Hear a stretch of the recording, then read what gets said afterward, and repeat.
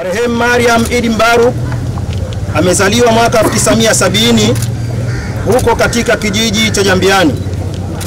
Marehemu alipata elimu yake ya msingi katika shule ya msingi ya Jambiani kuanzia mwaka 1977 hadi mwaka 1983. Aliendelea na elimu ya sekondari katika shule ya sekondari Hamamni hadi mwaka 1986.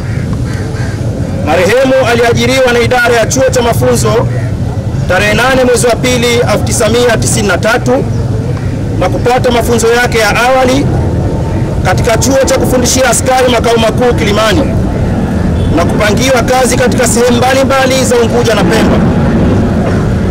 Kutokana na utendaji wake wa kazi kwa mzuri, marehemu alipandishwa cheo cha koplo mwaka 2004, akapandishwa cheo cha sergeant mwaka 2013, akapandishwa cheo cha staff sergeant mwaka 2017, akapandishwa cheo cha assistant inspector mwaka 2021 na baadaye akapandishwa cheo cha inspector mwaka 2022, ambacho hicho cheo alichodumu nacho hadi umauti ulipofika.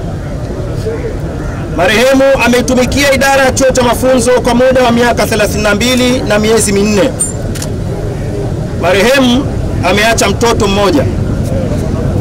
Afande Kamishna, maafisa na wapiganaji wote wa chuo cha mafunzo wanatoa mkono rambirambi kwa ndugu, jamaa, marafiki na familia ya marehemu na kuwatakia wawe na moyo wa subra katika kipindi hichi kigumu cha msiba.